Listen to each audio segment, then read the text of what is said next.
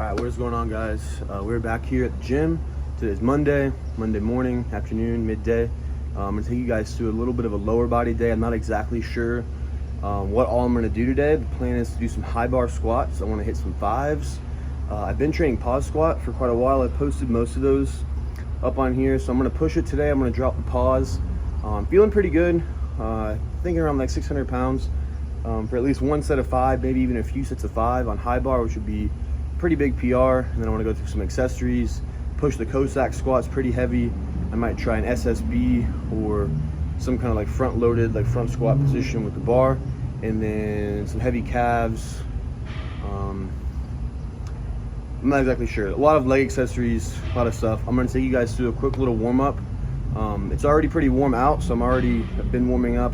I already had some caffeine, just kind of waking up. I'm going to take you through a little dynamic warm up that I don't do it every single time, but I do think that today I'm feeling a little bit tight, a little bit stiff from Friday's deadlift session. So I'm going to kind of warm the hips up, warm the ankles up, everything like that. Nothing too crazy, but enjoy, and we will get to the squats in just a minute.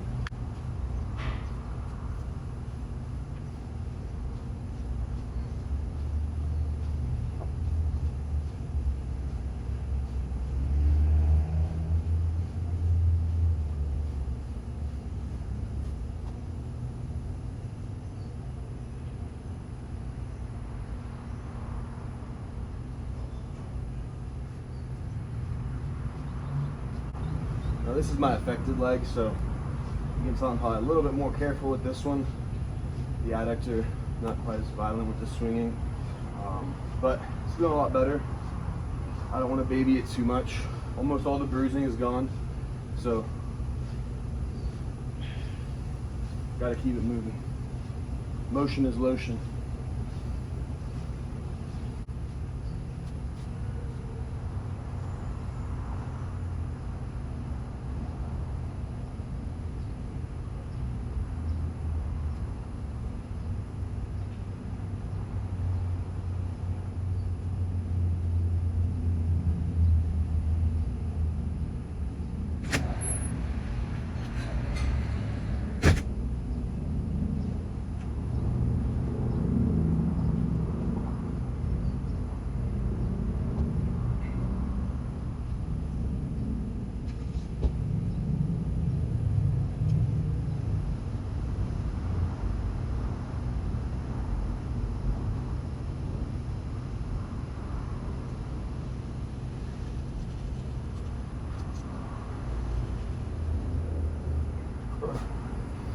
That's pretty much it. Already sweating. Just getting moving a little bit. One thing I'm going to show you guys as well is just how I put my knee sleeves on. I think it's pretty basic, but I get this question quite a lot. So the main thing I try to focus on is minimizing the surface area when you actually pull. So roll it maybe a quarter of the way up, and then roll the top all the way down on top of that. Grab here, pull it even lower, just so you have a little bit of wiggle room, and then just quickly pull it. If you can get it above the kneecap, it's ideal, and then just unroll it, and voila, easy peasy. Leg hair can make it harder. I don't wear super tight knee sleeves. These are SBD larges, so I'm not really trying to eke out 10 more pounds and barely ever be able to put the knee sleeves on. Let's get it. All right, what's up, guys? So I know in that last little clip I didn't exactly get the angle perfect, so it's kind of hard to see what I was doing, but basically I just did some leg swings, front to back, side to side, did some hip rotations, and I sort of tried to have a little demonstration of like how I put my knee sleeves on, but again, the angle wasn't that good. It was just kind of cut out, but I think you basically got the general idea if you saw what I did, and if not, I can try and make that again. But I had a really good workout. I'm gonna have another little segment of me talking in a little bit, so I'll kind of cut out the voiceover and then I'll come back. But I felt really good today. I included all my warm-ups, so I just went 1 red, 2 red, 3 red, 4 red, 5 reds. I did 2 sets of 5 with 606 high bar, which both sets were really big PRs. I've never done a 600-pound high bar squat ever. So to be able to do 2 sets of 5 and then be fairly comfortable. The first set, I think, was probably around RP 8 or so. Second set was probably closer to like 9.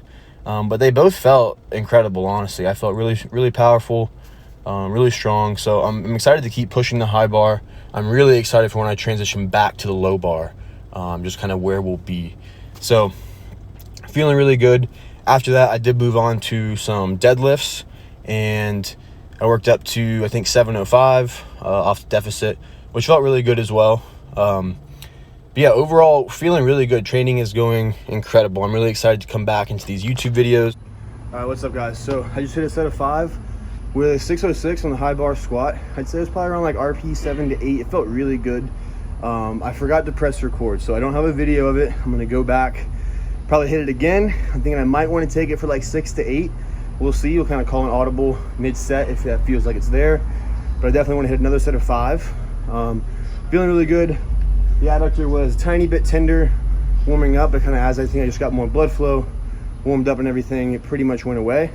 I do think I'm going to try out some deadlifts today, more conventional. Probably going to be pulling off a slight deficit. But yeah, guys, feeling really good. 606 for 5 is a huge high bar PR. I'm going to hit it for another set, maybe even 2 more sets. We're feeling good. And then we'll move on to some conventional deficit deadlifts. And then I'm going to show you guys all my accessories. This will probably be a longer video, but I hope it's insightful. I hope it's entertaining.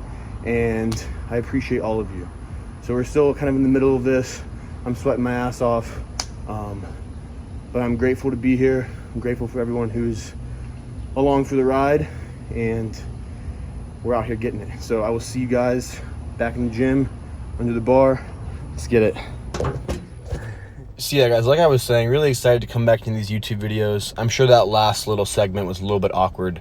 I kind of had the voiceover, a little bit of talking in the video, and then back to the voiceover. But I think I talked about it in that video too. I felt really good. I didn't actually get the first set recorded, so I went back and hit it again, second set. I didn't end up hitting a ton of accessories today. I think all I ended up doing, besides the squats and deadlifts, was a split squat variation. And I went and got a massage around 6 p.m. so I kind of had to get out of the gym to make it on time to that. So I didn't really get a chance to knock out the calves and the hamstrings and everything I wanted to. But some things I'm excited to try in the future. And you guys did seem to be pretty receptive to seeing just accessory work, which I find pretty boring, especially like the one I posted the other day.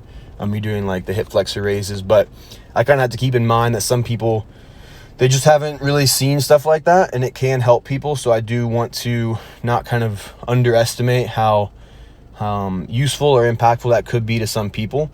So I definitely want to keep doing that in the future. And it does just kind of create, open the door for more of that style of content. So here's my 705. It moved all right off a 2.5 inch deficit. I had a little bit of a weird lockout. And then I didn't go up from there. It didn't hurt or anything, but it didn't feel very strong. The conventional still feels kind of rusty. So we're working on that. In my last video, I kind of talked about the adductor. So the adductor is definitely not all the way better yet. I'm still working through it. It was a little bit tender yesterday. It honestly feels a lot better today, but I definitely don't want to push the sumo quite yet.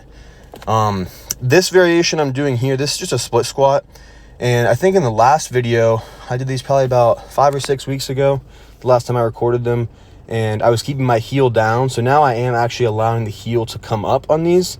You'll see I'm not getting as deep as I would want to. Dawson basically wants my ass to like touch my Achilles, which I don't know if that's ever really going to happen. I have had 3 surgeries on this ankle. I've had a plate, 9 screws. There's a ton of scar tissue. So I do think things like this help. But I do think that there's always going to be some level of restriction just due to scar tissue. My right ankle is visibly larger than my left, and I don't really think there's really any way to do anything about that. I think these things help, but I think there's definitely a threshold where there will be a lot of diminishing returns, and I can't really progress past that point. One thing with my ankle, and I still have really good ankle mobility, it's mostly the lateral aspect. So I had surgery on my fibula. I had a displaced malleolus and a fibular fracture. So they put a plate, 9 screws in there, and I believe it was a button suture that actually went through the tibia and the fibula to kind of connect them together. The malleolus or malleolus, whatever it's called, is kind of like the connection between those two bones at the bottom, at the distal end of those two bones. So I have a scar on both sides, but mostly it's my inversion and eversion that's affected. So I have really good dorsiflexion still. I do think that training the tibialis and stuff like that, just bringing blood flow to the area, is extremely beneficial. But like I said, I think there is somewhat of just like a threshold where I won't really progress past that point. But I would definitely, if you are seeing these and you haven't tried these, I would definitely try them out.